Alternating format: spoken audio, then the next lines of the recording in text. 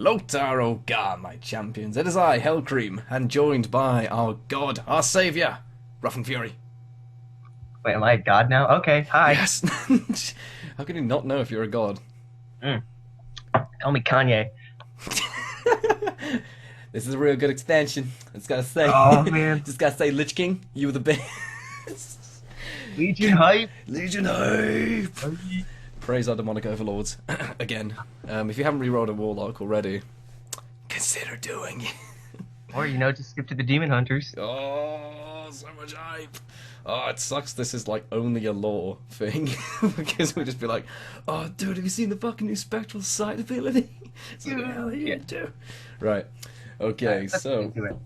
yes, of course, Legion hit yesterday. If you've been living under a rock, and even if you have been living under a rock, it's been smashed open by the fucking demonic portals around you. Legion announced is going to be the next expansion for the World of Warcraft. It will feature an absolute butt ton of lore. It seems like they've really just gone all out on this one, just throwing everything in. They've promised so much to us. Bringing back Illidan, of course. He's like, he's slapped on the box art. There's no way you can miss him. So that's happening. That's probably the Ajar is back. Ajar. Sargeras might be coming back. They're trying to bring him back. Yep. Oh man. Hopefully, once we kill Jaden or Archimonde, if we saw Archimonde again, actually, that'd be hilarious. It's like he's like, listen, I've been asleep for like 5 minutes. Let's go. Here's the Hurrah, thing. regenerated the Twisting Nether. Let's go. It's just like, can you imagine it works just like an A&E sort of thing? Like he gets beat up, you just take him out to the hospital. Like, okay, you're fine. Just walks back out. And he's just like back at your house again. You're like, oh, come on, fuck off. Oh dear. Right, let's just start at the top of the page and just like see what we have. Let the hunt begin. The tomb of Sargeras has been reopened, and the demons of the Burning Legion pour into our world. Their full, terrifying might is fixed on summoning the Dark Titan Azeroth, as if they have anything else to do. Obviously, unemployment rates in the Burning Legion are high, and they all seem to be just trying to summon Sargeras. And they've already located the key to his return. Obviously, MacGuffin. Let's catch that MacGuffin. obviously his tomb. With the Alliance and Horde devastated, only you can take up Warcraft's most legendary artifacts, scour the ancient broken isles for relics of the Titans, and challenge the Legion before Azeroth's last hope dies. Steel yourself, champions. Extinction is imminent. See, with the Horde and Alliance devastated, that actually interests me. Because now I'm kind of hoping that actually both factions are kind of fucked up. Which is really weird, though, because this is 5 years after Wars of Draenor ended. And everybody seemed buddy-buddy then. So... yeah, I want to see some confirmation on that, because this is what I hate about the general Blizzard sort of things. They always sort of just talk out in turn, like, oh yeah, and then you guys will go in here and do this, and it's just like, okay, how does that actually work in the lore? It's like, yeah, the champions, you guys will be taking down the Lich King. It's like, oh no, hold on a minute, who took down the Lich King in lore? Come on. So for them to say, Tyrion! like, yeah, exactly. Where's Tyrion? Where's Tyrion?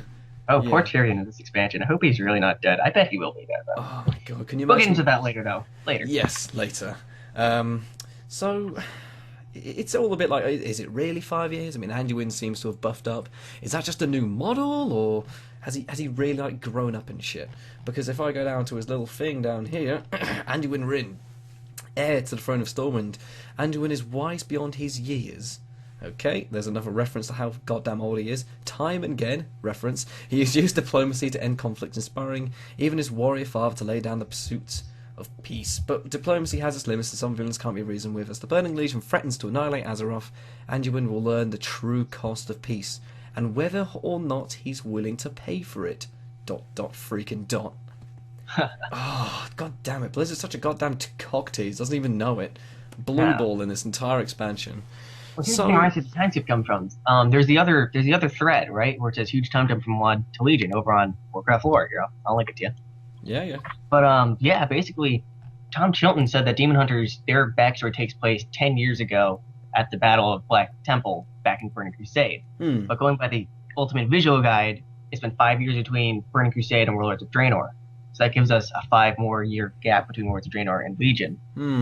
If he remembered the Ultimate Visual timeline. Yeah. Which I hope he did. I really hope he did. Because this will be the biggest gap between games ever, I think. Um, oof. I guess you. How long was the original Warcraft series, and then in between Warcraft? That's true.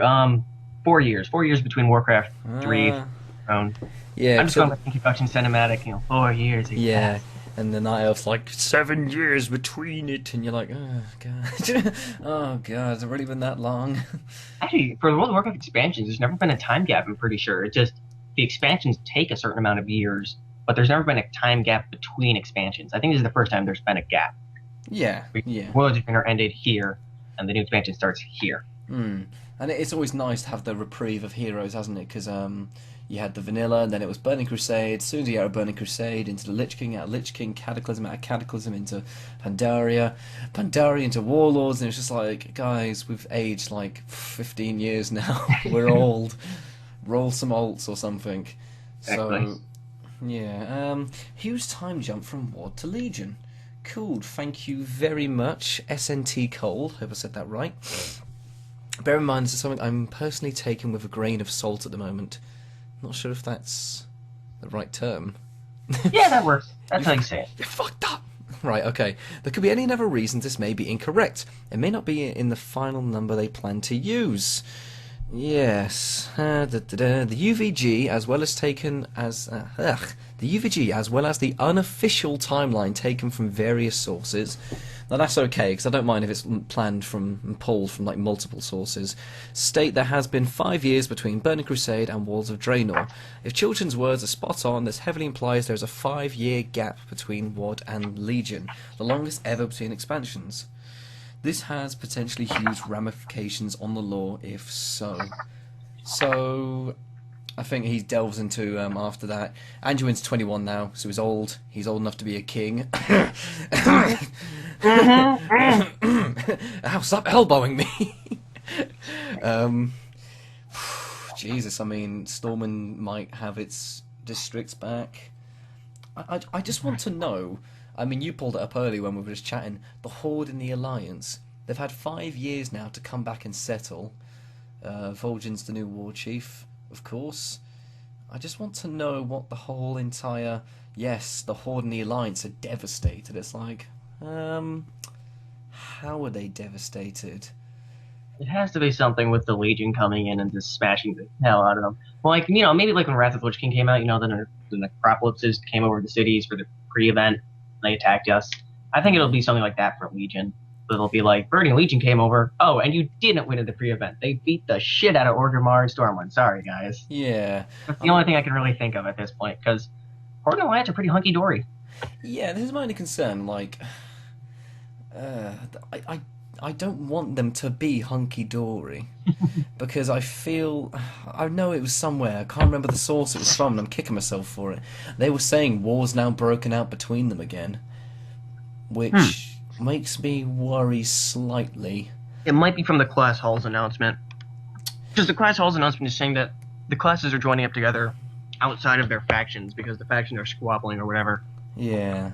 So... there has to be something going on. Yeah, I mean that would be nice to see. Perhaps paladins. You have your blood knights, and then your actual like the original knights of the Silver Hand. I think it could be a bit funny to see, the whole mix up between them. Like, how dare you be abusing the light? And they're like, yeah, fuck you for making us abandon it, humans. Maybe it will play into a quest line like that, and that could be a bit of that. I mean, Dalaran. Oh, please let Dalaran be a sanctuary hub. I think it's going to be. I'm pretty sure it's basically confirmed because they have it. They have the city art for it on the map already, and they say Khadgar's taken over for it and it's neutral again, which kind of irritates the hell out of me. But at the same time, Jaina! Where's Jaina? I want to see Jaina come in and kick some ass. But, I had a thought actually today. I think this might be nice. They told us about this new blue dragonflight coming in. Yeah. Perhaps Kalek has gone off to like liberate them or something, and Jaina's like, "I'll go with you, Kalek. I love you." That probably works the most, actually. That makes the most sense. Yeah, I was like, well, that could really be it. Either that or Jaina's... just pissed off and left. Yeah, but I mean, if Khadgar's back and now leader of the Kirin Tor, it's a bit more like, okay. I can't see Jaina just stepping down. Like, Jaina would have to step down on her own. They're not going to be like, Jaina, you gotta leave. Yeah, yeah. I mean, I think No. when I was reading through Tides of War, it was the end of it was very humbling for me to read because they were like spoilers. It was very spoilers. It was very Jane is like, oh, I can't believe you'd bestow this upon me, and they're like, oh, you've suffered more than anything, Jane. I was so proud of you, and she was like, oh, I'm proud of myself, blah blah blah, and I was like, that's a really good ending. Thank Right. you. Yeah, and then in War Crimes as well, it was all the same. And she was like, "Oh, okay, look, I'm finally okay with like how everything bad happened because people have to deal with it in their own way." And I was like, "Yeah, you guys rock." And her and Caleb were in love, and I was like, "This is a nice end." And then What we is saw, yeah, we saw her in Warlords, and then she was all like, "I see you talking to the Horde, Khadgar." It's like, you said you were cool. You said you were cool with it. So it's a bit of yeah, a bit of like a hold on a minute. What's happening here? Alright.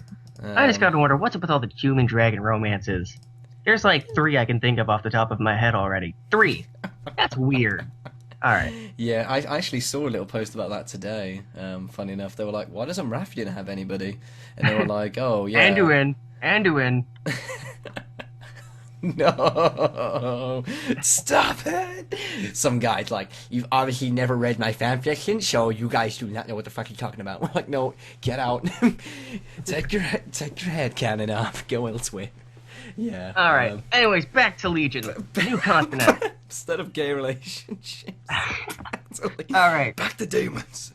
We're men. So, for new areas, we got the Broken Isles, we got Suramar, we got As-Suna, assuming that's right, Yeah. Storheim, and the Emerald Nightmare appeals as a raid. Mm-hmm. So, Broken Isles were previously submerged, and only the Tomb of Sargeras was raised by Gul'dan back in Tides of Darkness. Mm-hmm. But now the whole thing is back up.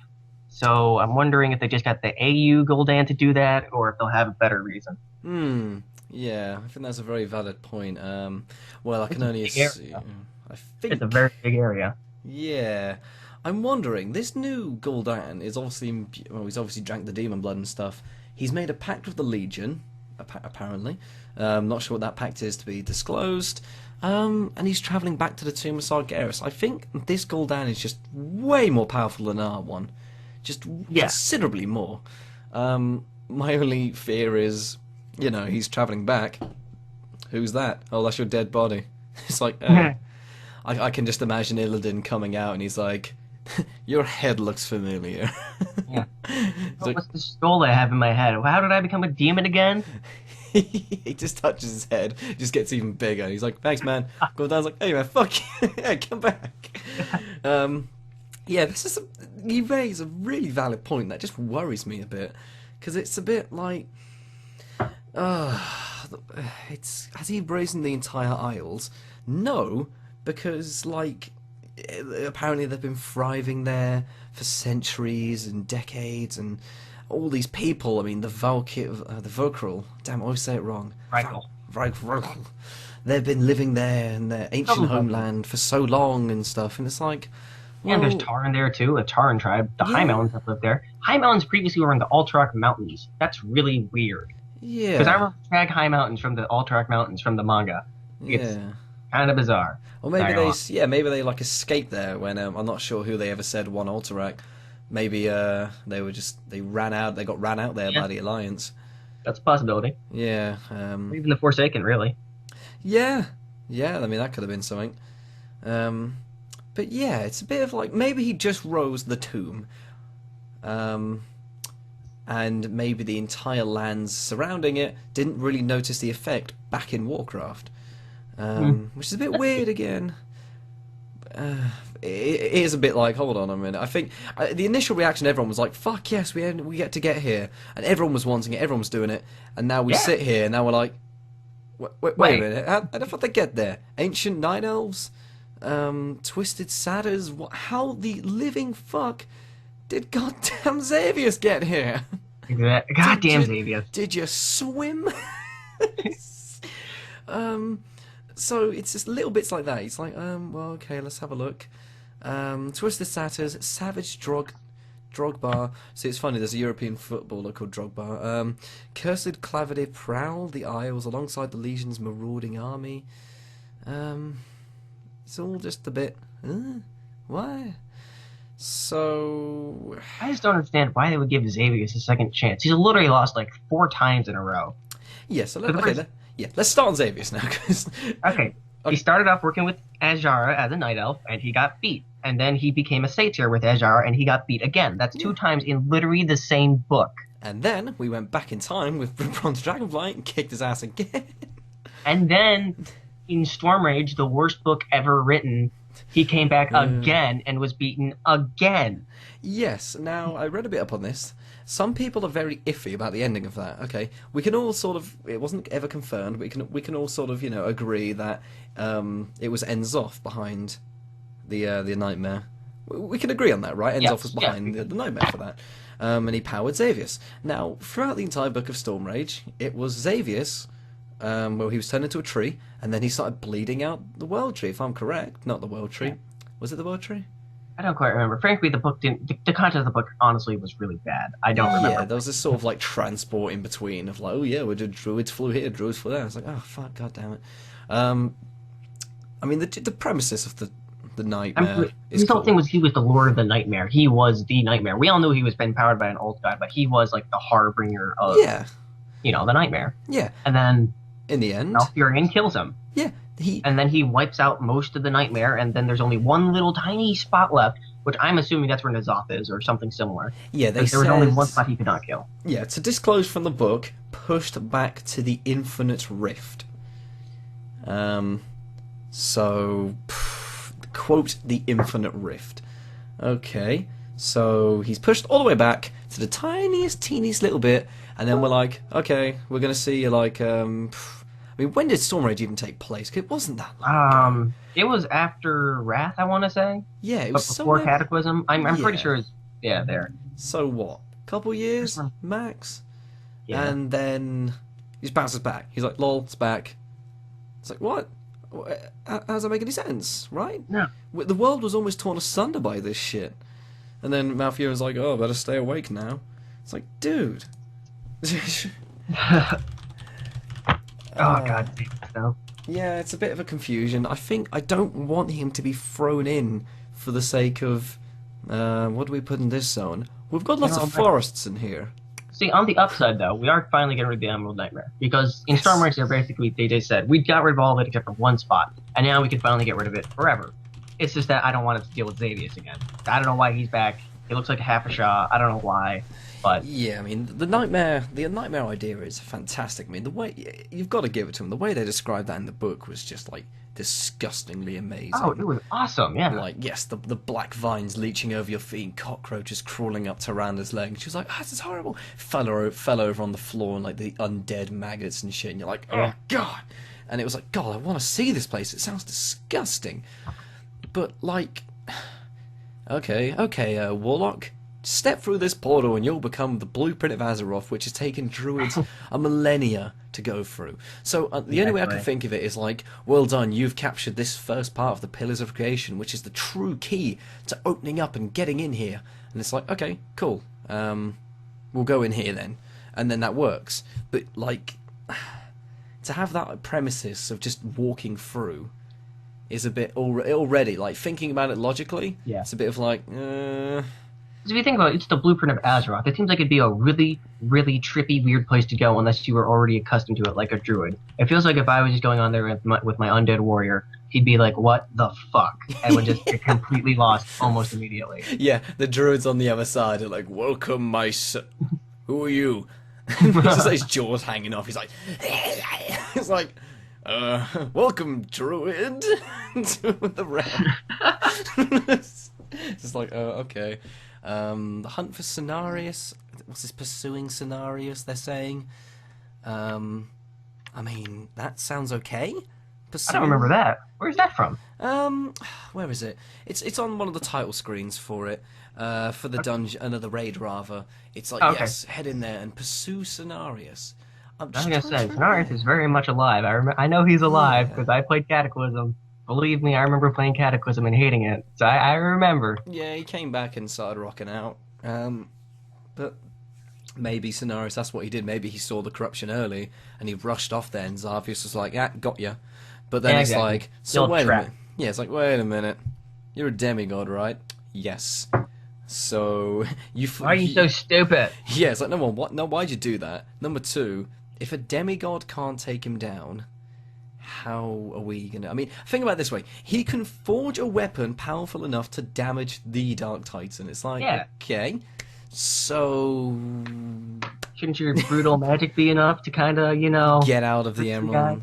guys? This is where they can pull it back to like, yes, but the Titans are more powerful, and this is their creation, and Xavius is the controller. That you can get away with, I guess. Okay. Yeah. The world, there you go, is the World Tree. Spreads across the Emerald Nightmare's corruption with an army of vile satyrs at his command. Xavius will stop at nothing to vanquish all who oppose the Burning Legion. Confusion! Question. Why is Xavius part of the Burning Legion? Yeah, when did that happen? I mean, like, yeah, he helped Ajara do it and bring him there, but see, that's the thing. Previously, he's an old god boy. He was working with Ajara, and then he became a servant of the old god and is off. yeah. And now Ajara is working with the old gods too. So why are both of them now working with the Legion? In the past, the old gods and the Legion have never had anything to do with each other. It's that sort of villain 101, like, do you want some power? Yeah? Okay, do this. It's like, right, okay. Basically. Yeah.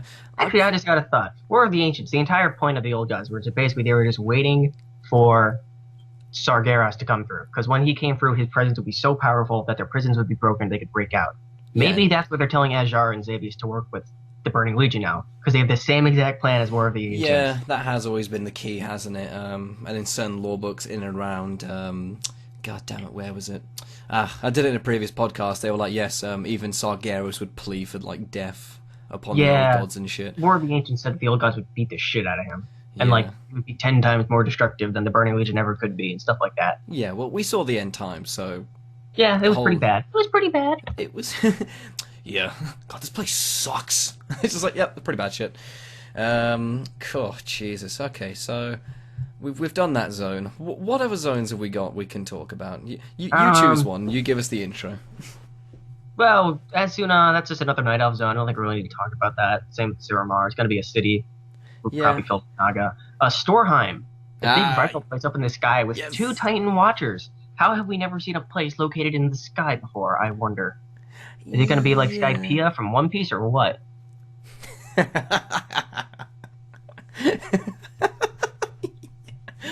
Yeah. Honestly, though, I don't really have much to speculate on for that. I think it'll be a cool zone. I like the Vrykul. It's going to be cool Vrykul stuff, but I don't really know where the Titan Watchers come in or any of that stuff. Yeah. Their king should be up there, though, because their god king is said to be up there working with, I think it was the Legion again. Yeah. So if we see, how the fuck do you say his name? Imaron? I'm just going to say Muron. If you see Muron up there, that'd be cool. I like the Vrykul. I like the idea of the Vrykul, because I mean they're the sort of undisclosed creatures of Azeroth. Really, I mean we saw them we saw the unpure versions aiding the Lich King, and we're like, oh, these guys are amazing. Where do they come from, sort of thing. And they give the soul they have always been. They have been there since the Titan's creation. Blah blah blah. So it was like, yeah, but where the fuck they come from? It's like, well, gonna have to wait. So to see, like, this is where they are, here's how they transport their souls and stuff, it's like, fuck, yes!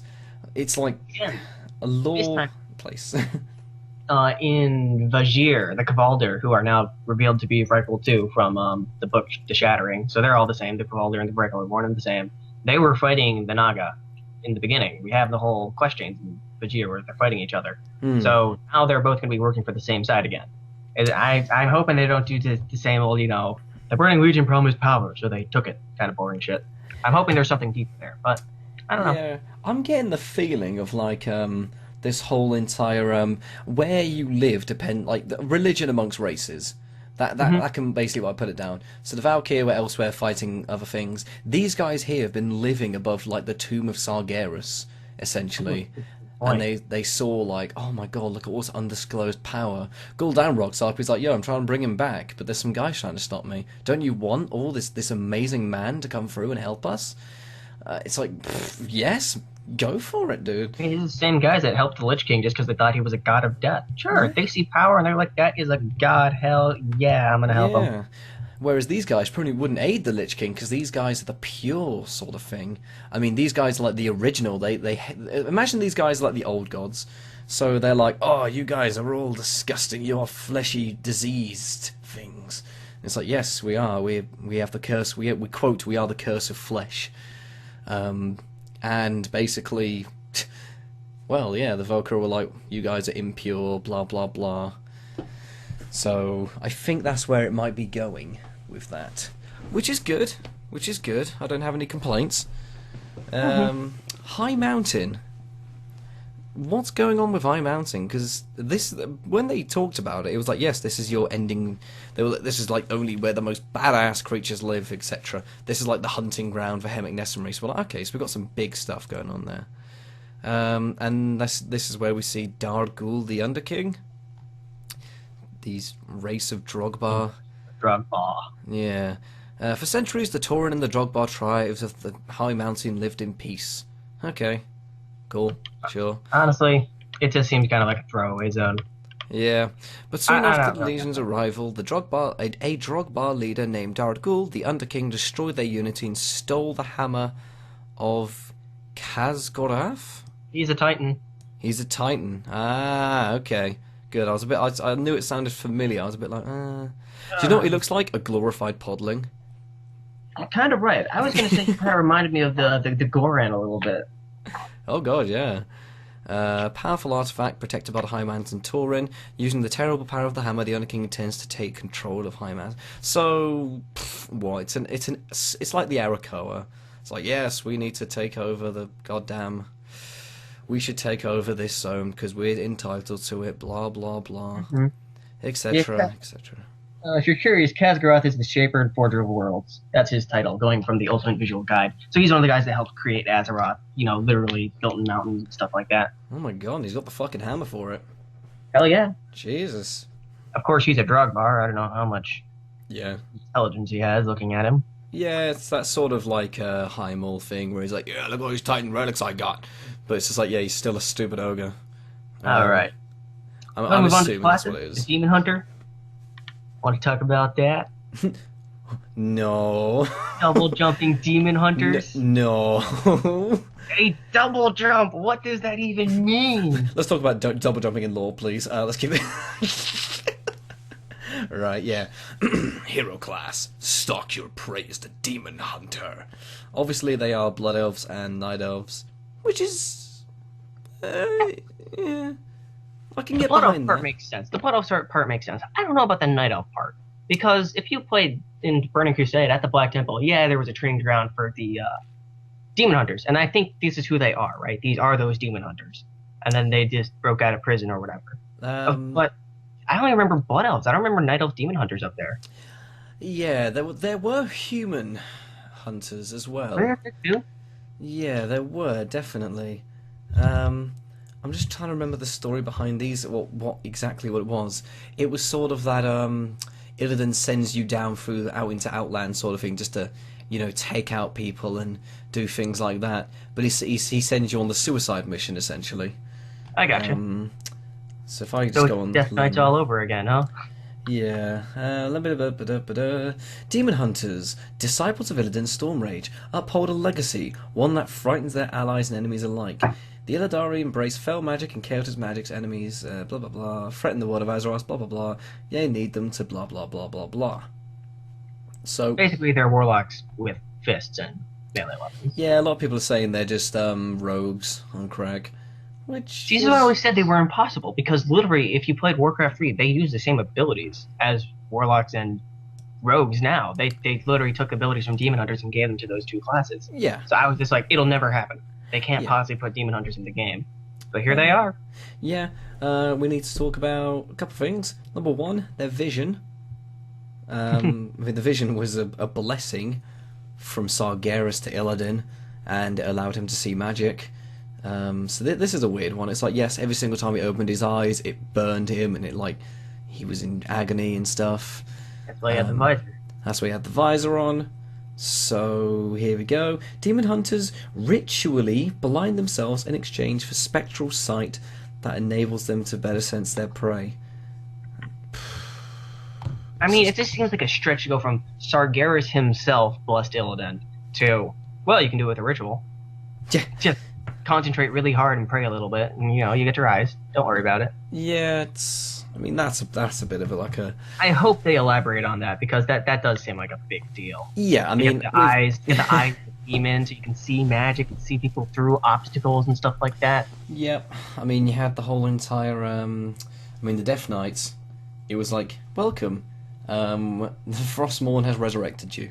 Yeah. Sweet. All those books all the books for the new Death Knights, those were hilarious. Yeah. So it's like, yeah, okay. Guess that makes sense. So I can't really speculate on why they joined the Horde or Alliance. I guess they just figure wherever Illidan goes, we go. But Illidan is working with the Legion. He got woken up by Gul'dan. So yeah. I don't know. Yes. And then we just have to look at, like, why did the Death Knights join the certain factions they did? Because they were pissed off that the Witch King betrayed them. So I guess we're doing the same thing here. They're pissed off that Illidan betrayed them and sent them on a suicide mission. Yeah, but I don't want Illidan to be... No one wants... I think we can all safely say no one wants Illidan to be a villain. I do. Really? But I just don't like Illidan, period, so... I don't want him to be a villain, because he hates the Burning Legion as much as we do, right? Yep. And he hates Xavius. Yep. My dream is for, like, Malfurion to be like, brother, can you stop fucking escaping? I'm gonna kill you. And Xavius is like, Illidan, I've captured your stupid brother. Again. And Illidan's like, shit, gotta go help my brother. And then they're all buddy-buddy with it. That, or they go with the whole entire... you're a Night Elf, so you belong in the Alliance. There you go. You're a Blood Elf. There you go. It's like, They could always just do the whole Rogue Nation thing. I enjoy Rogue factions. I think Illidan could do that. Where he's just his own guy, just being like, I'm not going to work with the Horde Alliance specifically, but I will beat the shit out of the Legion so I stay alive. Yeah, the sort of Sylvanas effect where it's like, you know, I'm killing for my people and me. So even if, like, my own faction starts arguing with me, screw you, we're going to do it anyway. Speaking of whom, Sylvanas is going to feature big into this. Yes, fuck yes. About goddamn effing... Sorry for all the swearing, it's British. About goddamn fucking time. I'm not saying I'm a Sylvanas fanboy, but... Little figure next to me, a painting, a goddamn minifigure. When I was at MCM, the London Comic Con, there was a Sylvanas there. I was like, oh, you're beautiful. You're beautiful. You're one of those guys making the World of Warcraft players look bad. Yep, I'm that guy who carries around like the cardboard-made Frostmourne. You saw me at the goddamn podcast. That was so much fun. The opposite of a Sylvanas fanboy. I really don't like her. I used to really like her. Until I read Edge of Night, and then I said, "Okay, kill yourself." Edge of Night? But her short story. Is that the one where she kills herself? That's the one where she jumps off the top of the frozen throne, lands on the Serenite spikes, realizes, "Holy shit, I'm going to hell." Maybe. So she says, "Okay, well, I'm just going to use my people as a little shield, and fuck everybody else. I have to stay off." I think it's good that people hate her. Exactly. She's a great heel character. If you watch wrestling, you know what I'm talking about. Yeah. They are the bad guy, and I want to boo the bad guy. Yeah. And you're like, screw that guy. And then, like, John Cena comes out, and he's just like, and he's just like, tonight. No, I'm not going to get into that. Pro wrestling later. Different podcast. We'll talk about it there. Let's talk wrestling lore. What do you think's going over? Brock Lesnar or The Undertaker at this next pay-per-view? SummerSlam. Is Vince McMahon having an affair? Oh, God. Yeah. Anyway, so from new classes, we can go into the new race, the Nightborn. So they're an elven race we find at Suramar, and they're basically all demonic elves. But the thing is, they aren't, like, from somewhere else. They've been on Azeroth this whole time, and they didn't become Naga, they didn't become Highborn. They just became fucking demons. Yeah. I don't know what to say about that. It's really weird to me. Oh, and then we pull up the page. Nightborn. Don't let it be some, like, edgy guy's page. God damn it, it is. Oh, God. Steal Nightborn, you get some weird stuff, man. Yeah, goddamn, Argent Dawn US. What else do you think?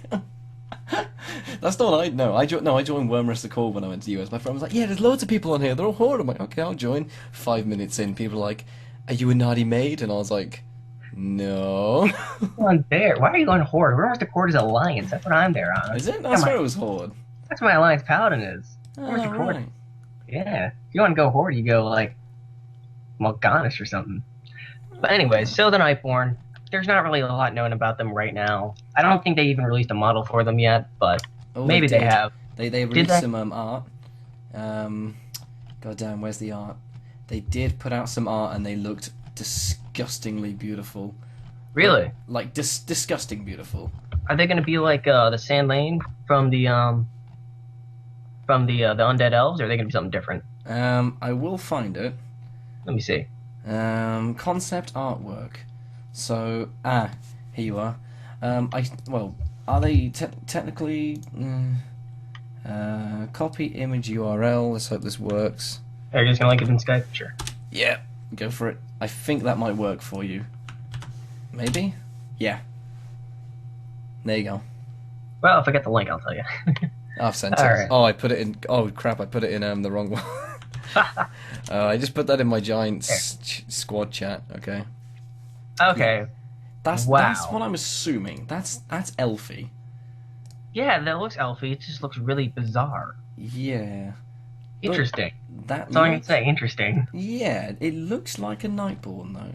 It's not bad. It's not good. It's just, it is. I like it. I like it. Yeah. See what I mean? I looked at it and I was like, well, it's not a demon hunter, and it doesn't look anything Burning Legion-y. Silver hair. Silver hair, long ears, long eyelashes. It's like a dark elf, straight from D&D. I'm not gonna lie, I did have that thought when I was playing it. I was like, this guy's gonna be my new portrait when I'm playing. Yeah, so that's the Nightborn. They themselves seem to have allied with them, I suppose. I suppose they're with the Legion, seeing Yeah. as they are demonic and the like. You know, my thought is that, you know how the Blood Elves, when they lost their Sunwell, they went all demon crazy? I'm gonna guess that these are the Nightborn, that they're just High Elves, and they did the same thing, but when they were still Night Elves, you know? Yeah, dungeons and raids, Suramar City, the city of night. The Nightborn rule from their palace, catacombs and noble houses. You need to uncover ties to the Legion and the ultimate plan that is unfolding. Yeah. Okay, yeah, so they're with the Legion. So, yeah, here you go. It's Suramar 1. Suramar Palace, 10 bosses. Woohoo! Home to the Nightwell. Let me repeat that. The Nightwell. The Nightwell. And face off against Gul'dan. Now that can Sunwell. Lightwell.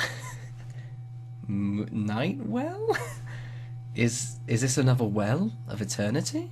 It's gotta be. It's got to be something close. The real question is, so then why does everybody care about the Sunwell so much back in the Burning Crusade if there was a whole other well people could have used to get into Azeroth? Yeah, exactly. Once again, it's a bit more like, wait a minute, the Tomb of Sargeras was there. Cultists should have been screaming for that. So what's in this one place? Oh, a new Well of Eternity and where Sargeras used to live. You would think the Blue Dragonflight would at least know where it is, because they were all about finding the ley lines and all the magic. Yeah, exactly. I mean, frickin' what's his name? I don't remember his name. The old aspect, though. He had his old war. Malagos? He had the whole Nexus War. Malagos. Yeah, Malagos. Yeah. Malagos had his old Nexus War, and he was trying to get all the magic from the world. How could he have not known about that? Yeah? Not told anybody. I mean, looking at the concept art as well, it doesn't... I'm not sure if I'm looking at the Nightwell. We're looking at the palace grounds. But if it is the Nightwell, it doesn't look as much. It's almost like this could be a blessing from somewhere else, maybe.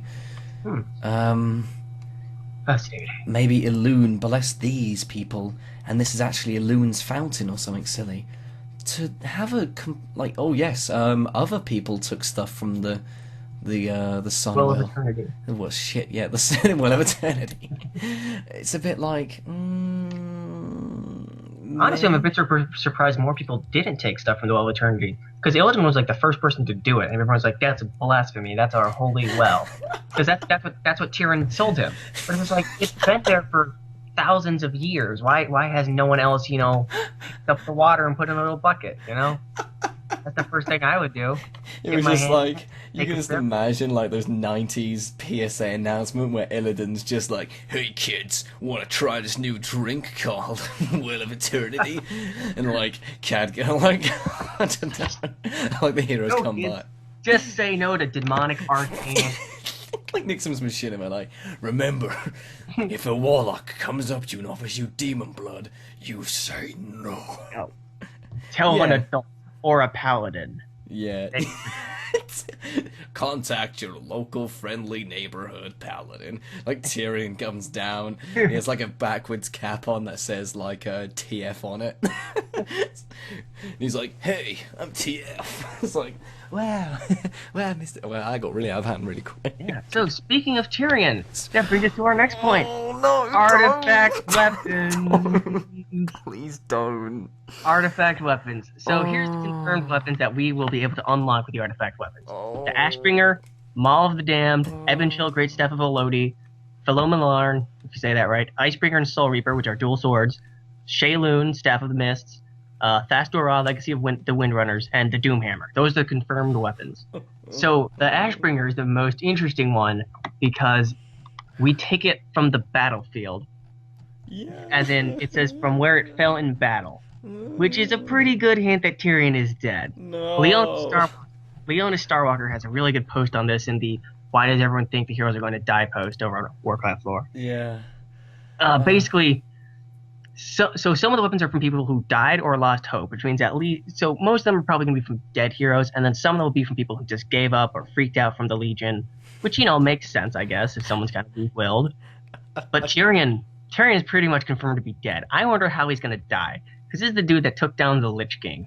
In a stroke of complete luck, mind you, but he still took down the Lich King. I don't think he's gonna die. Oh, But man. I can't, quote, see him, quote, give up hope. No. No. What do you mean, like, the Burning Legion arrives and they're like, oh, what's the point here? Take my legendary sword. It's like, thanks, man. Thanks, man. I'll take it. I don't want that to happen. Because then you've got, like, Doomhammer and things.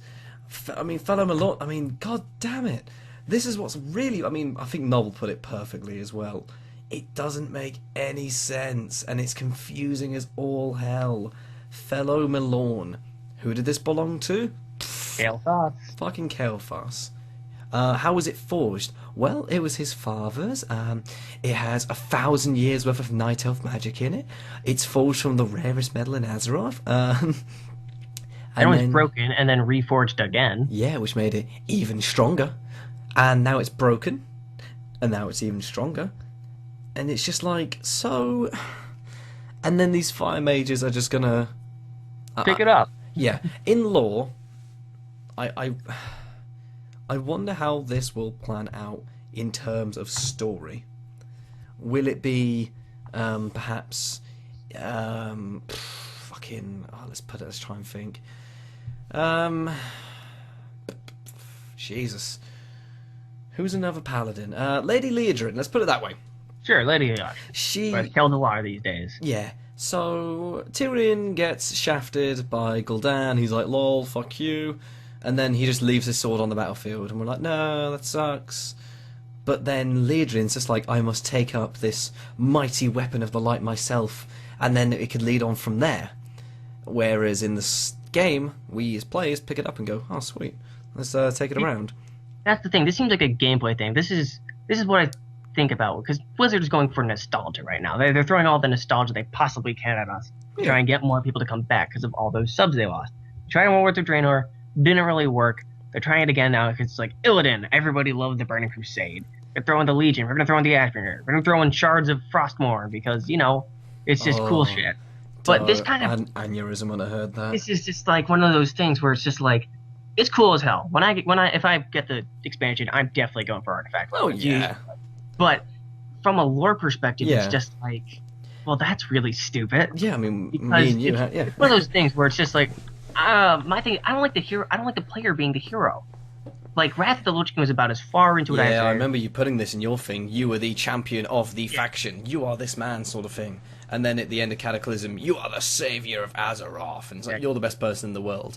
And then come warlords, they're like, And it's like you are the commander general, whatever. Like you rule all these troops. You are a big shot. You talk to the king and all that stuff. It's yeah, just a bit too much. And now it's just going to be like, oh, you also hold the Ashbringer, literally one of the most famous and iconic weapons of all time. It's yours, buddy. You own it. yeah, slightly, I think that's a bit better. Because a lot of people got really annoyed because they were like, wait a minute, so there's like 100 commanders sort of thing. Like, it didn't feel special to be a commander. Because, like, all your ults are commanders. It's like, oh, this is really stupid and crap. But now, it's like, I have shown, I mean, like, let's put it this way. I play a warlock and a paladin. And it's like, number one, my warlock, if you really want to get into, like, really harsh role-playing here, people hate warlocks. They are the bane of Warcraft. Everybody hates them. But throughout like the last 15 years, I've proved to people that warlocks can be the powerful utility, and we are uncorruptible. Blah blah blah. This is why I lead my conclave of warlocks of people I trust. And it's like, okay, cool. Paladins, the exact same. It's like, I am the champion of the light. Fuck all you other fucking paladins I see. I am the champion of the light, not I'm the commander. It's like, right, okay. And these people are like, okay, here is your sword, but it's your sword. You will reforge your sword. Not commander. Hero. Hero. Yeah, you will forge this hero sword. You legendary hero. It's like, yes, I want to be a hero, not a diplomat. It just feels a lot more like, hell yes. But once again, it's... Frankly, I just don't feel like the player should have a real spot in the real canonical lore. I just don't feel like the player should play into it. I feel like we should be there. We should be watching events. We should be helping people. But at the end of the day, when you're fighting the Lich King, it should be Tyrion that takes down the Lich King. We just helped him.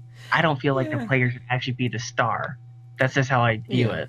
Because then it kind of gets into the whole, are we a single-player game or a multiplayer game? Yeah, I don't mind it in the right scenario. I think Hellfire royally, and it ticked me off in the back of my brain, something more than it should have. Here is Archimonde. Remember that Dalaran cinematic where he's like, here's a sand building. Snap. Oh no, there goes your city. And it was like, So I'm a tank who's wearing plate.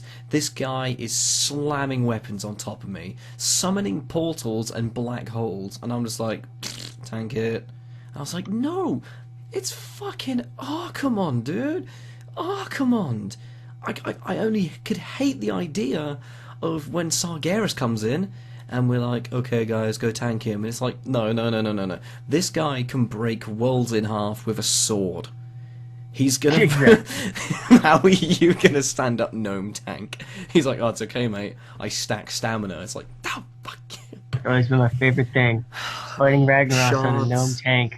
Block that giant Sulfuros with my little Frostmourne. You really want to talk about that? Yeah. We have. They were taken by someone to be safeguarded, according to CDEV. Ask CDEV a long time ago. So we know that they're out there. We know that somebody has them, and they should be in the right hands. I'm presuming that it's Tyrion, who now might be dead.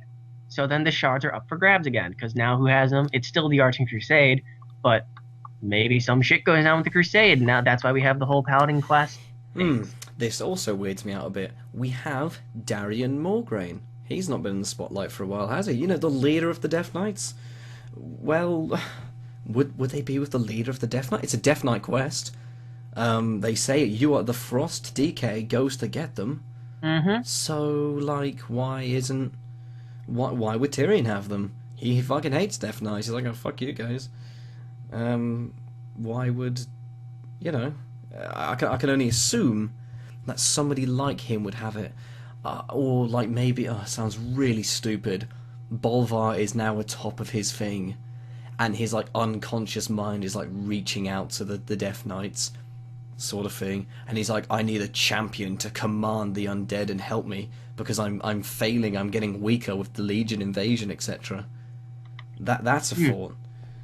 So he needs a champion to be able to pick up the shards of Frostmourne and perhaps control a bit, which is you, the Frost DK. Which is similar to the Shadowmourne thing. Similar to Shadowmourne, how you had to get the shards from the Frozen Throne, and they were so powerful that you needed Darian Morgraine to forge it. Yeah. which is again, that's fine. If it's done right, it's fine. I imagine in lore, if Tyrion does fall, a hero will pick up his weapon. That hero will be somebody we know. It won't just be, oh well, yes, adventurers picked it up. Like, sometimes, funny enough, in the books it says that it just goes, adventurers and questers of Azeroth did this, blah blah blah. Yeah, it's like, yeah, no, just don't think so. Where is it? There are some interesting weapons on there. There The are. legacy of the Windrunner Hunter bow. I was just looking at that Why one. would Sylvanas not have her own bow? I mean, we know that there's 2 Windrunner sisters that are still alive to this day. So, Well, yeah, we need to talk about this, don't we? and it says, the caption for it is, legend has it that this elven family heirloom was wielded by an infamous ranger general, hint hint Sylvanas, hint hint, can turn a mediocre archer into a master marksman and make a master truly peerless. Would you say Sylvanas or Illyria? That's true. It could be either of them. They confirmed Illyria and Turalyon coming back. Oh yes, we know that they're going to be back. Yeah. And maybe she's like, yes, Hunter. I mean, it sounds really shit to say, but in Hearthstone she came back as a hero. Yeah, she did. Yeah, and we were all like, oh yes, hell yes. So maybe they're like, oh yes, I see you, great hunter. Well, I've heard many tales about you. I'm going to show you how to craft my magnificent bow, which is 10,000 years old. And we're like, oh yeah. Yeah, Which is, I can deal with that. Mm-hmm. It's when you get into the Frostmourne shit and the Ashbringer, then we get problems. So, I think we need to see how this plays out, really, because it's a bit. I don't really know. Speaking of iffy, class halls. Classes banding together to survive Horde and Alliance tension. There you go. I was telling you. The player are the leader of the new class organization. It's a shared space, so it's instanced, but only for your class. Other people can still come in. It's not like a garrison. And here's the confirmed homes. Death Knights have Acris. Paladins have a place beneath Light's Hope Chapel. Shamans have a place that's overlooking the Maelstrom. That's pretty cool. Yeah. And the Warlocks are on some sort of portal world, which sounds fucking sweet. Yes. Now this I enjoy because it's sort of, in lore, this can work. Because there's been it sounds really stupid of me to say, but World of Warcraft factions, they've been around forever. Horde, Alliance, that's it. Now we can perhaps start to see sub-stories come out where it's like the Knights of the Silver Hand did this. I mean, I've got a comic right here in front of me, and it is the best comic that WoW has ever released. Do you know what's goddamn called? It is Ashbringer. Yeah, it is. That was a great comic. It is the best comic they have ever released, and it tells the story of the Silver Hand, Scarlet Crusade, and it's just fantastic. That comic made me really like the Scarlet Crusade, oddly enough. It was like, wow, I never thought I would like the Scarlets ever, and now they seem really compelling. What? But anyways. It works out a lot better than that. I mean, I'm just scrolling through it now, and I'm like, yeah.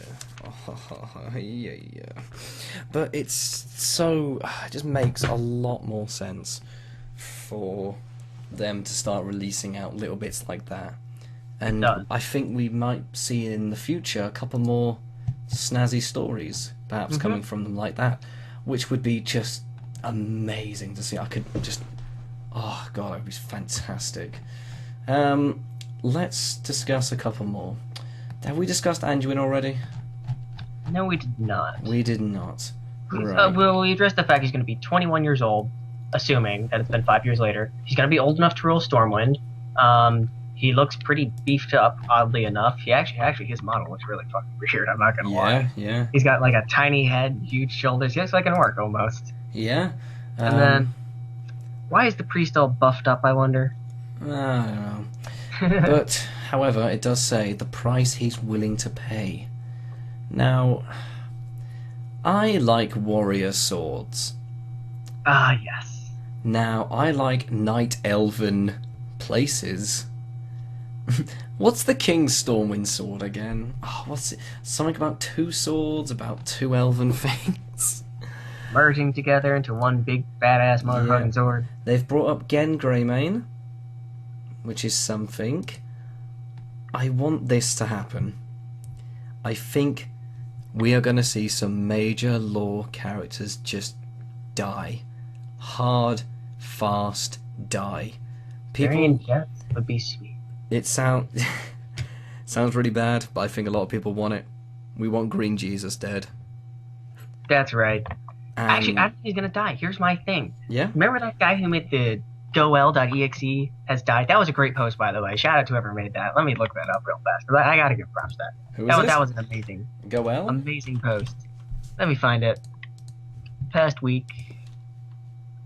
Goel.exe has stopped working. Thrall's conspicuous absence after Nogron. Here, I'll link it to you.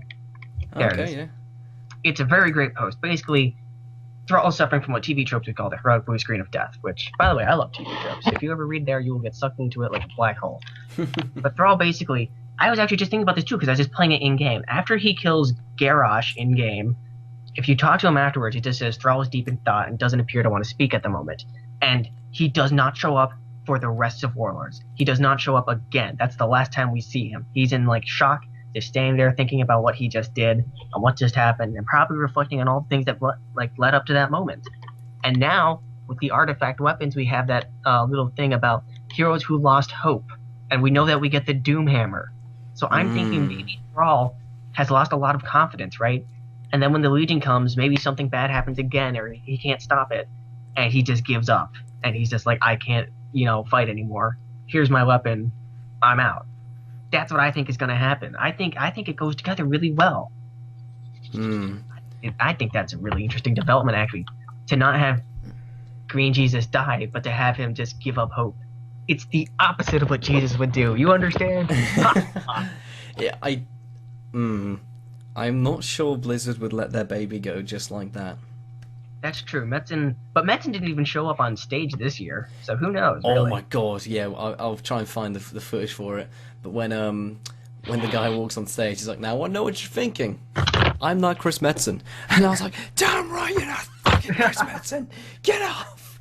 Like, we wanted Metzen, but maybe. So I don't. If he just gives up, I'll be pissed. However, if we get there and he's like dying in his final moments of like this hellish battle, that would be the way they'd do it. Like a couple of heroes. I think Metzen want to do it. Metzen likes the redemption story. He likes the heroes to go out as a hero.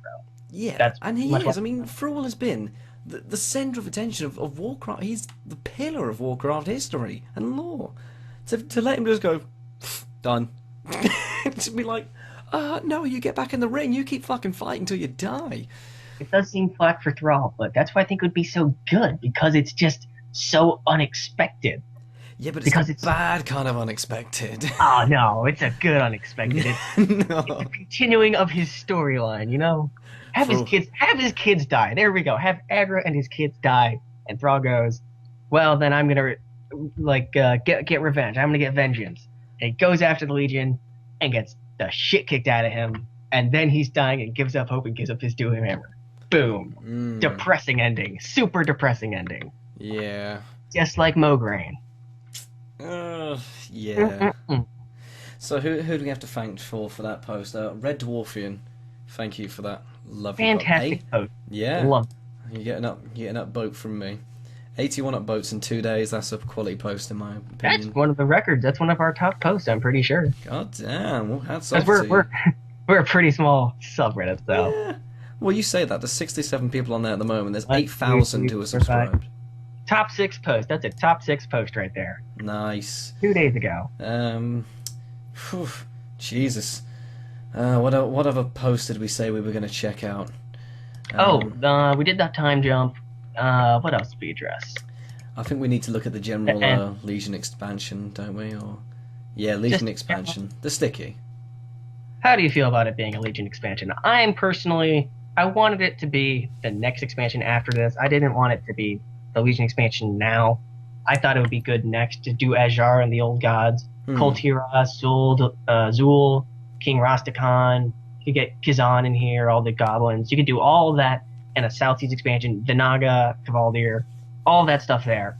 And then once we cleaned up Azeroth as it is, then we would have the Giant Legion invasion. But as it is, having Legion invasion now, it flows right from Lords of Draenor. It worked. In gameplay, yeah. I mean, in lore, it's a bit like, The lore's a bit iffy, seeing as Archimonde just died, and their Annihilin just died again. So the Legion should be reeling from their losses. They shouldn't really be like, okay, now's the perfect time to strike. But, as it is, I'm pretty much okay with the Legion expansion happening now. Yeah. I wasn't at first, but... in my opinion,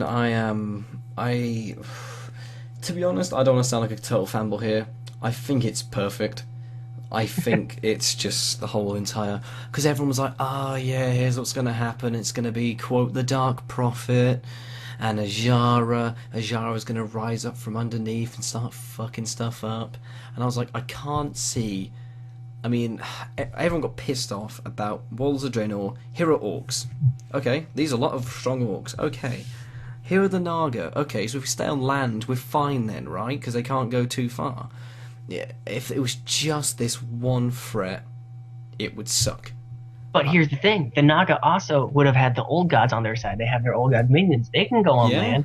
Also, the Naga could have enslaved the elementals, the water elementals. To also work out. Because they kidnapped, what's his title again? Who? Oh god, I can't think of their name right now. The Elemental Lord of Water, that's it. Neptune. Elemental Lord. Neptune, that's it. It's the power of pure water. I'm gonna call him an aspect for a second. The aspect of water. Wow, you're a real cool dragon. Yeah. Because his trident is considered one of the most powerful weapons ever, which is really shocking. Like, you don't think about it, but the trident of Neptulon is actually one of the strongest weapons in the canonic lore. So it's just like, that's kind of a big deal, and Azara has it now. So yeah. Man. I mean that's fine, but I feel it sounds really awful to go ahead and say this. A lot of the people who have joined in, it sounds so elitist. They don't really know the lore of it. That's true. Now, I mean, that's not a bad thing to say. It is true. A lot of people don't know the lore. If I jumped in, I mean, I started playing lightly in Burning Crusade, and I was like, oh, okay, this is sort of cool. I didn't get too much into it. I joined back in Mists, and then I started to look into it. I was like, okay, this is kind of cool. As soon as I got into Draenor, I was like, many people can pick this up, besides a few little bits here and there. For it to flow into this expansion, I mean, boom, opening cinematic, Gul'dan's in there. He's like, yes, I'm going to start fucking your shit up. It's like, oh, that's the guy who fucked our shit up. I mean, it's 5 years later, but it makes sense, right? I mean, we stopped the Burning Legion happening, or the Burning Invasion happening on Draenor, but now it's happening on our world, and everyone's like, oh shit, this is where we're from. Okay, wow, we really need to defend it, sort of thing. So it's a bit more like, you don't have to know a ton about it, and that's why this expansion is going to work so perfectly, because demons, yeah, we know. Demons, yeah. So, but come on. Old gods, though, man. Old gods. Giant tentacled elephant-looking old gods stomping around. I think we're going to see something from Enzoth. We have to. We have to see some old god stuff in this expansion. They have the Titans. They have to. Azara, Titan relics. Really fucked me off a lot. Really light hints to whether, the goddamn Titans are coming back. They're like, oh yes, the Pillar of Creation will contact 2 of the greatest Titans. And it's like, what? No! And it just continued on. And it's like, no, go back. That shit's important. That means the whole world could be destroyed for origination. It's a bit like, what are we going to do, sort of thing? Because, I mean, it's good. We will probably see some Old God. I mean, we saw some Old God bits on Draenor. It wasn't huge, but, it was something, right? Mm-hmm. That was in questing. There hasn't been a lore story for it yet. Some of it, well, there wasn't a lore book for Draenor. If I'm correct, that is. There was only short stories. Oh, Jesus. Lamaste with the top post, the 50 points. Well done. They went all in story-wise. Emerald Dream, Legion, Titans, Illidan, what the fuck, Ajara, each could have each had their good own expansion on their own. The Red Alert must have prung pretty hard in the accounting services. Oh man, so many subs lost. Literally at vanilla classic WoW subscription numbers. Yep. I mean, I won't lie, I personally quit myself. Technically, I quit. I stopped playing it, but because I was on the year of lockdown or whatever, I'm not really quitting. But I did stop playing during Warlords of Draenor just because I got bored. Yeah. So now yeah. this is their expansion to be like, gotta get those hardcore players back. Gotta get the guys who played in the Burning Crusade back. Gotta get the guys who played in Classic back, because we're getting fucked. Yeah, and that's good. It's good to see that. It's a good thing, actually. I'm not going to complain about it. However, I love to say this, a lot of people picked up lore due to the fact Warlords made no sense. People still say to me, I was speaking when I was in Germany, my friend wasn't 200% sure on it, and he was like, so whenabouts did we travel back in time then? I was like, we never travel back in time, technically. We went back to our pocket universe, and he went, how? And I had to explain to him, like, well, we took this hourglass and we filled it up with these sands, and Garrosh did this, and Kairos did this, and he's just like, who are the Infinite Dragonfly? And I'm like, and it was just that sort of like, it wasn't down the rabbit hole. Yeah, it wasn't explained. I read War Crimes and I mostly got it. I was like, oh, okay, that makes sense. But now, if they're doing all of this, a lot of people. I mean, you saw how. I mean, everyone saw how like bloated this subreddit was on when this was coming out, and everyone was like, wait a minute, how's this possible? Wait, how's this possible? It's good people are asking the questions because a lot of it doesn't make sense. But a lot of it is starting to, is slightly coming together. And now that we've got all these multiple stories, people are starting to make a bit more sense of it. Illidan? Oh, hell yeah, we know Illidan. Oh, we played the Warcraft 3. That's starting to make sense now. Titans? Yeah, we played fucking Lich King. We did Ulduar, that makes sense. Anyway. Yeah. Oh, we all saw the cinematic. Literally, Khadgar walks in and goes, Burning Legion's back. We're like, okay, cool. Oh yeah, let's fight the Legion. Fuck the Legion. Yeah. We'll kick their ass. And it was like, we've never lost the Legion before. Yeah. We won't lose to them now. It was like, good, easy.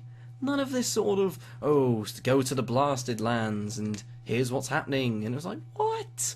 Read the book and it was like, yes. And then Garrosh walked off into the sunset across a sunny Draenor. And I was like, okay, then what? When in the book, so does he know it? Does he know he's his son? Does he know that, like... Wait, actually, where did he get Gorhal from? I thought he threw it away. And it's just like, where did this all come from, sort of thing? There was a lot of just, like, loose ends that a lot of people didn't make any sense. And then, where the subreddit... I mean, I was on it. I was happening. I was on Twitter when this happened. And it really, like, just... My inbox was full of shit. People were saying, wait a minute, is this the same Arkham one we faced? And the guy was like, yep.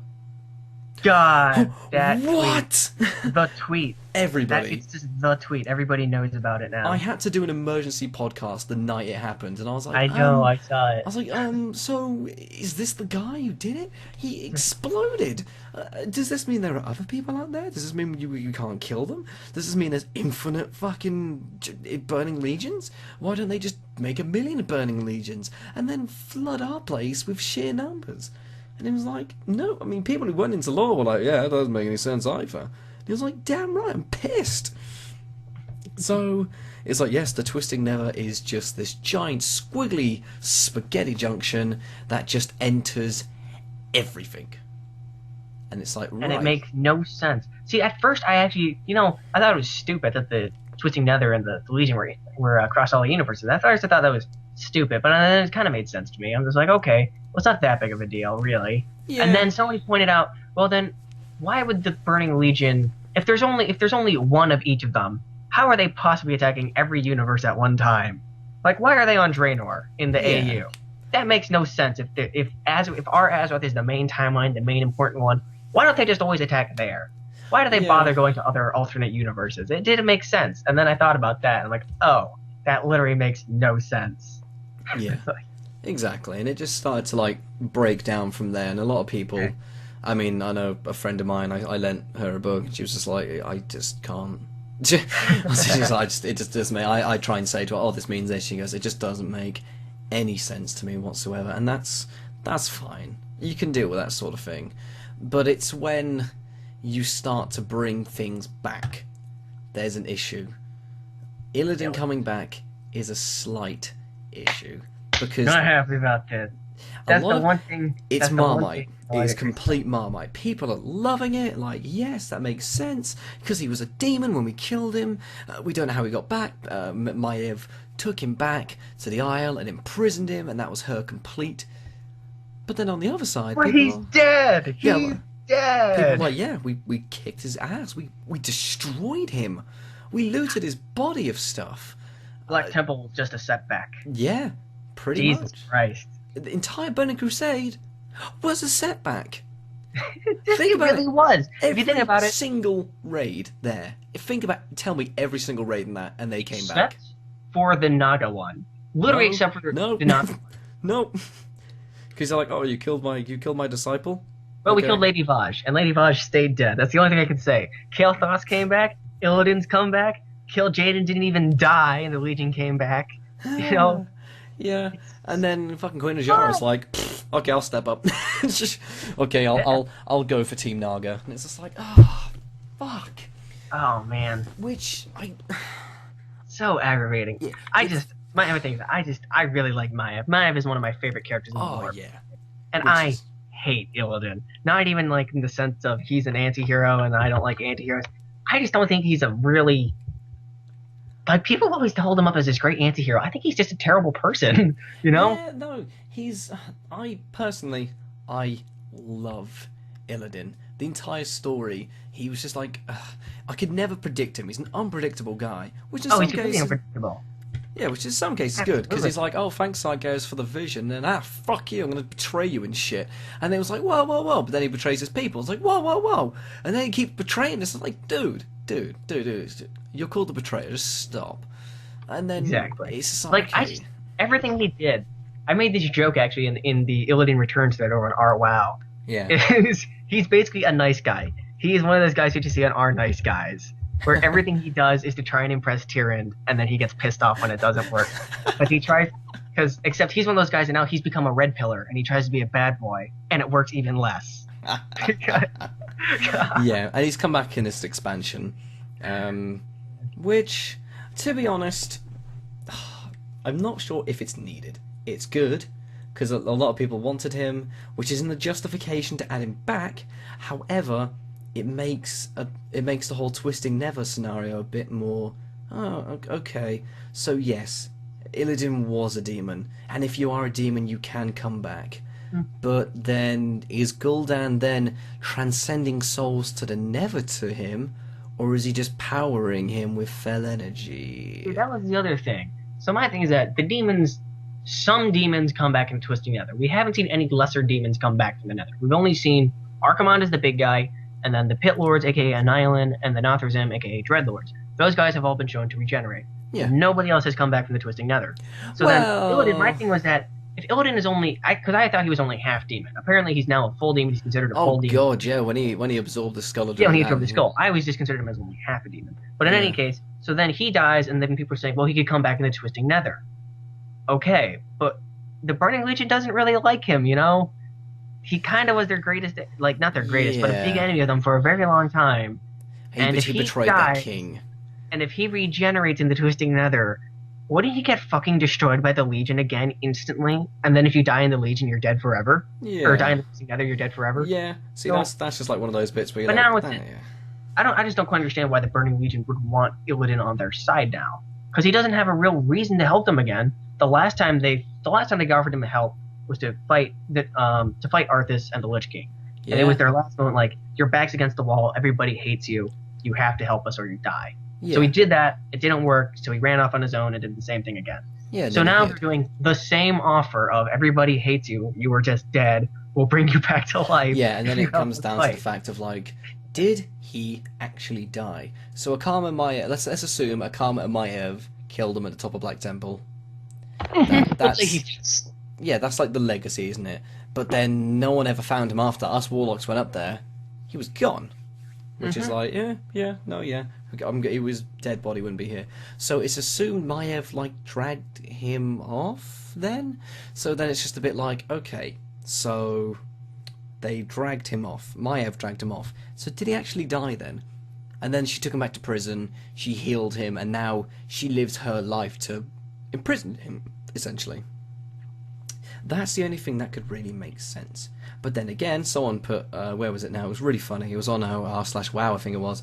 It was like, so how did Gul'dan sneak past the mighty wardens? How did he get there? How did he sneak past Maiev? And it's just like, all of these things don't make a ton of sense. So I think it's a case of we're going to have to wait, have a look, and just go from there. Yeah, because as is, we're not too excited about it. But it could be good. I'm not going to deny that it could be good. They could do something really great with Illidan. Yeah, I say you got to wait, because when Ward came out, and then Gul'dan was like, "This is not our destiny," and Garrus was like, "Time's changed. Fuck you," pushed him to the floor. I thought that like they would all gang up and kill him, sort of thing. And I was like, well, Gul'dan's dead already? Okay, sure, whatever. I thought that would be it, because he's like, hey, we know what you were trying to do to us, dude. We know. Mm-hmm. So why did the Orcs, try and stop us when, Garrus was there and he's like, psst, Gul'dan's the real threat. And I was like, okay, cool. It was just a bit like, okay, so what? We had 2 opportunities to kill Gul'dan and we didn't take them. Yeah. It was like, why didn't we just kill him? Come on, guys. Same thing with Garrosh. If we don't kill people, they will come back and try and kill us. It always happens. Yeah. Please. That came down to, I think, the end of, a lot of people, this is really funny now, we're going back ages to the end of Mr. Pandaria. People getting really fucked off, like, why didn't you just kill him, blah, blah, blah, blah. Oh, man, with Garrosh? Yeah. The entire expansion, I can get behind this, the entire expansion was based around, we need to work together. We can't just keep doing bloodshed. That was the entire thing, because it's not right. That was the entire Pandaria. And in the end, Varian was the guy to stand up and be like, listen, you guys can't just keep fucking executing people. We need to stand trial and do this right. Goel was like, fuck you, man. Which, yeah, I can get behind that, because that's what the story wanted it to do. And it made sense, really, when you think about it. Like, it could have gone much worse. Don't tell me you like those August Celestials and their stupid trial. I'm not a fan, but... Oh, God, the August Celestials. I did not like Mist. I'll be honest. I did not like Mists from Oblivion. Yeah, it was an iffy. It just happened. It's like, I'm half Chinese, man. I've been to China. I can see all that stuff from my house. I'm saying, it just happened. It is what it is. Mists happened. It still doesn't have to happen. That's what's even funnier. It's like Mist never had to happen. I mean, if it happened after this Legion one, yeah, sure, man.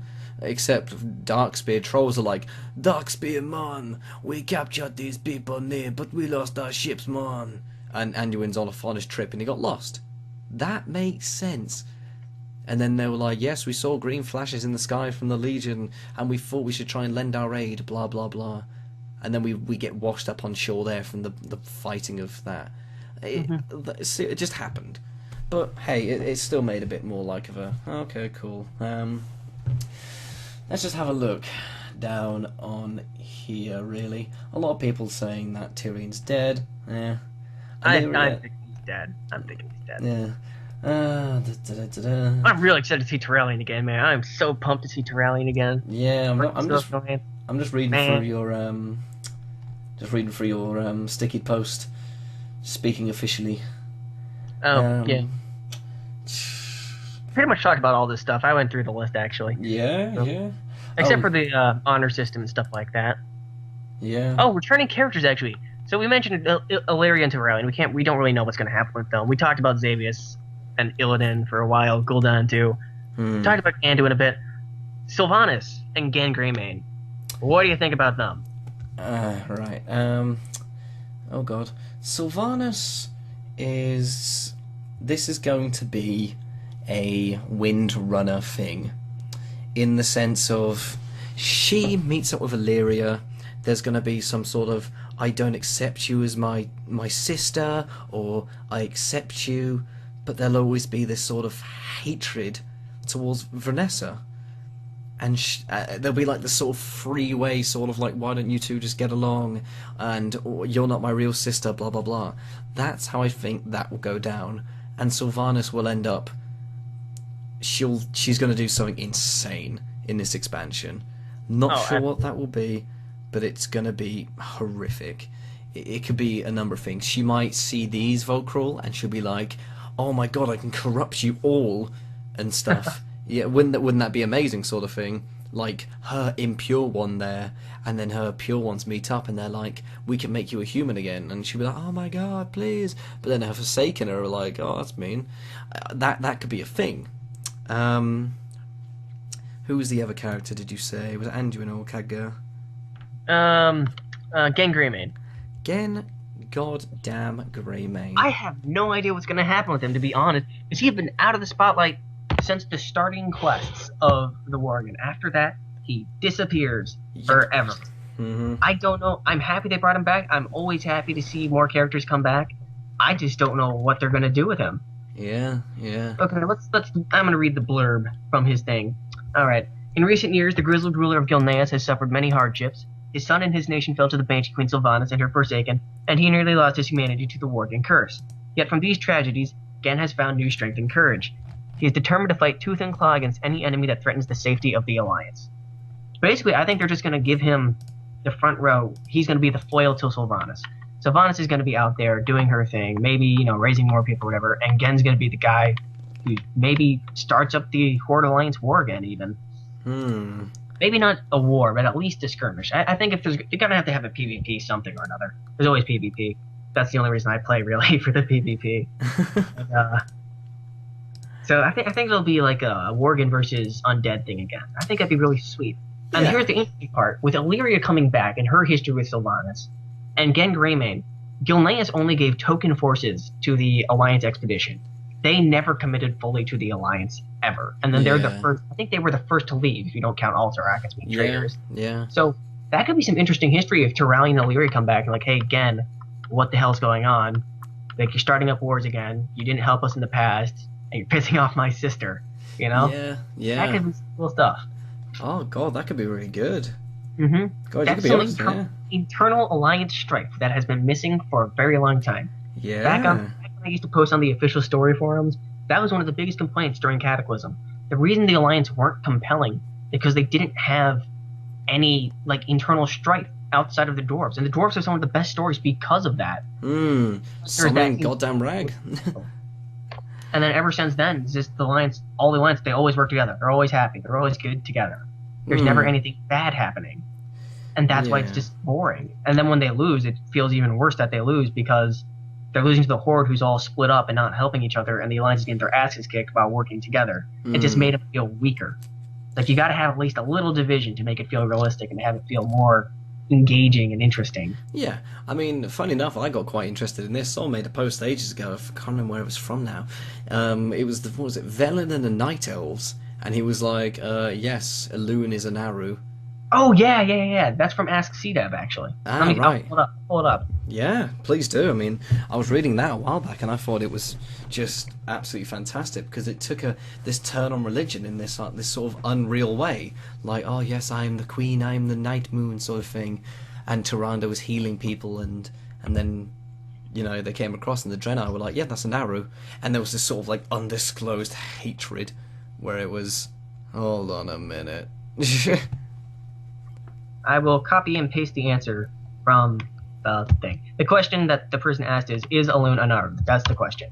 Yeah. And there's the response. It says, during a recent visit to Darnassus by Velen, he explained that the Kaldorai's description of Elune, as well as the demonstrated powers of the goddess, matched his experience with powerful Naru. He began to offer advice regarding how to commune with powerful Naru, but Turan thanked him for his opinion and then cordially requested that he refrain from making such outlandish claims when in Darnassus or as in the presence of Elune's priesthood. Yeah. In other words, Velen's like, hey, she sounds like a Naru, I can help you out. And they're like, how about you don't help us out? Yeah, we know what we're this doing. is our religion, sort of Honestly, thing. just from a meta perspective, I'd be very upset if Elune did turn out to be a Naru. I'm much happier with her being a full-blown goddess, because right now she is one of the only confirmed goddesses. Yeah, no, So I can see if that. she turned out to be a Naru, I feel like that'd be kind of unreal. Yeah, but see, that sort of thing is what we are looking for. Exactly, that's the kind of stripe we want. Yeah. That's why I'm really excited for the priesthood thing, for the class halls. When all the priests get together, you're gonna have like priestesses of the Elune who are like, we have a goddess, we know she exists. What do you guys have? They're gonna be like, we have the holy light. We have the holy light, and it does this. And the Draenei are gonna be like, well, we have the Naru and the light, and the Naru are vessels of the light, and we're better than both of you guys. Yeah. And meanwhile, the Forsaken are there screaming in pain because of all the holy light flying around them. Like, please stop. They're just like in the corner screaming. It's like, welcome to our church. Here My body's on fire! Don't mind those. Don't mind those guys. Here is our night elves. Here's the Draenei. My skin! And his jaw's like falling off. Yes, and here is the cult of the damned. Oh, and the Tarn will be there too. The Tarn will be cool because they don't have any similarities to anybody else because they're worshiping the sun. Not the holy light, not Luke, the sun. And over there are the people who drink Sunny D. Hey, we'll go Torin. Yeah, whatever. Yeah, sure. Taste the power of the sun. You know. That's fucking great, dude. Why is that a catchphrase of Taran Paladins? That should totally be the catchphrase. Trademark. Yeah, I mean, Class Halls actually could be really interesting, just from a lore perspective, to get all those people coming together. Yeah, exactly. I have no idea. I have no idea how they're going to do Warriors Class Hall. Why the fuck would Warriors get together in a Class Hall? Warriors are Warriors for their faction. Like, they don't have some overreaching religious purpose to them. They kill things. That's what they do. Yeah, but it'll be like a fight club sort of thing, so you'll never know until you roll a warrior. What was it called? It's like Brawl Island or something like that. The original class quest for the Island? I don't remember. It's really cool though. God, what was it called? We punched this island out of the sea. It's like, basically, wow. It was just Fight Club for warriors on some island. I know what you mean. Yeah, I thought it'd be Ring of Blood. Ring of Blood was pretty badass too. Yeah, I thought it'd be something like that. How do you make a warrior organization cool? Like, you'd have to do like the companions from Skyrim or something. I don't know. Well, I'm going off the Oblivion thing, the Fighters Guild, but Yeah. I think Ring of Blood, something like that. But then again, that would be awesome. Like all these legendary warriors meeting up in lore, and then you're like, yes, I'm King Varian. And then like on the other side, you've got like fucking High Lord Sourfang, who's just like, you're not a warrior. And then there's this like whole entire like mix up, which could be good. But yeah, get back to the point. We want to see some arguments. They're talking about devastation between Horde and the Alliance. This is how they're going to do it. Exactly. Yeah. Through the class halls would be very nice. Yeah. This is how they should be doing it. Oh dear. People saying Magni, we've done that. Did we actually? I think that was just before in our own discussion. Did we actually talk about him? I'm not sure. Let's just have a quick discussion. Well, about let's give it a really brief anyways. Yeah, Basically, yeah. They said Magni is the one. Magni originally forged the Ashbringer. You can see that in the comic. He's the one that made the sword, right? Yeah. But then now they're saying that Magni can reforge the sword. But Magni is a rock. So how is that going to work? I've and then I got think it right they did. Did they release the official statement that Magni is not coming back? I think he said. Yeah. Basically, it was just like, a Magni can now reforge this amazing weapon for you to use in your aid against the Legion, sort of thing. And this guy was like, is Magni coming back? On Twitter? And who was it that replied to him?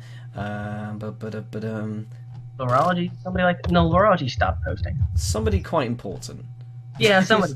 Somebody quite important. They replied saying, Jesus, where is it? Control F Magni. Yeah, that's what I'm doing. Got it. Magni Bronzebeard returns in Legion. Doesn't seem like it. Here we go. David Kozak. Oh, Kozak. Yes. Magni can now reforge it. Spoiler or future plotline? I definitely wouldn't consider our UI mock-ups to be a final lore. Which is a bit funny. Really. So, he's not coming back. But he doesn't specify. I definitely wouldn't consider.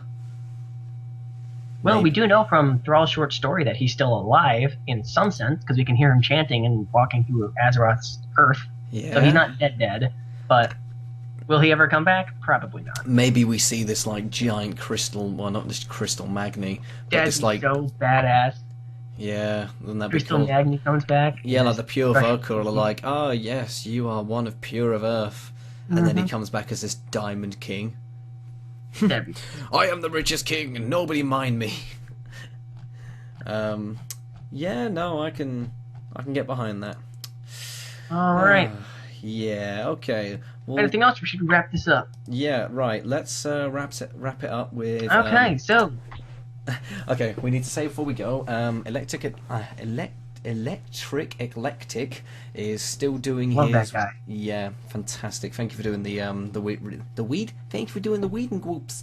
Thank you for doing the World of Warcraft reading groups. This our week. book club. Yeah, this month? Is this month's book? Or how he does it is The Last Guardian. So you should all jump in there. It's at the top of the page. You really can't miss it. It is absolutely fantastic. Ruffin, you dirty son of a bitch, stealing top post with a lovely What? big one. Oh, I just same. happened to post first. Just so happens I'm good at things. It's like, oh, fuck you, man. Screw you, man. It's my favorite book, okay, guys? Look, if you're listening, you gotta read The Last Guardian. It is the best World of Warcraft book, period. There is no better book. It's a legitimately good book outside of being a Warcraft book. Just get it. Yes. This. Ah. Completely. Right, so thank you very much all for listening. Thank you to our special guest, Mr. Rafin the Fury. Thank you for hosting me. No, as I said, since week one I wanted to get you on here, so it's been good to have this big old goddamn chat of just crazy stuff. Oh, man. I need so many benchmarks to show people where discussions start and where they end, because it's crazy. Yes, indeed. Completely. Meandered on. Right, so, all of you, stay creamy, stay chill, and from Ruffin and I, we shall see you later. Bye. Are you gonna say goodbye? Yeah. Goodbye. God. Signing off. This is why I don't Just take you making out. watch over you. This is why I don't take you out anymore. Okay, bye. Xavier's is really fucked up. Why? Why does he exist? I don't like it. Stay dead, okay? When a character dies, let him stay dead. Let him stay dead. No, he wants to be a tree. Malfurion's like way too passive to let it go. Now he wants to be a Shah. He's like the Batman of the Warcraft universe. He'll never kill the Joker. He'll just keep annoying him. Like he's just like kill him, Batman, and he's just like, no, get inside this bonsai tree. Oh.